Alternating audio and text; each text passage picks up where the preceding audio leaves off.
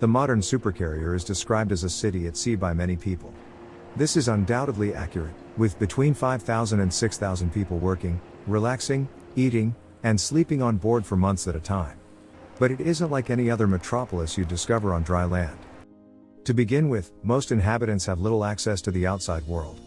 The flight deck, hangar, and fantail all provide stunning views of the sea and sky, but they're so busy and dangerous that only a few people are allowed to visit during regular operations. The highest levels of the island are secure, but due to sensitive operations and limited space, a large number of individuals cannot come and depart. A sailor who works below decks may not see daylight for weeks at a time.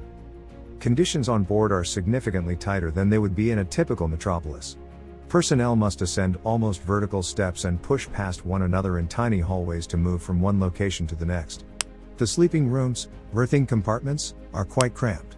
Enlisted troops share a compartment with roughly 60 other individuals, all of whom sleep in single bunks, known as racks, stacked in threes. Everyone in the compartment shares a toilet and a tiny common space with a television connected to one of the carrier's satellite antennas, as well as a small stowage bin and upright locker for clothing and personal items. Officers have greater room and nicer furniture, but they also have a restricted amount of it. Everyone on board must adjust to the cramped conditions. Jobs are highly varied, just like in a normal city. Approximately 2,500 men and women form the air wing, the people who actually fly and maintain the aircraft. Another 3,000 or so people make up the ship's company, which keeps all parts of the carrier running smoothly. This includes everything from washing dishes and preparing meals to handle weaponry and maintaining the nuclear reactors. The ship has everything its residents need to live, even if it's not as comfortable as they would like.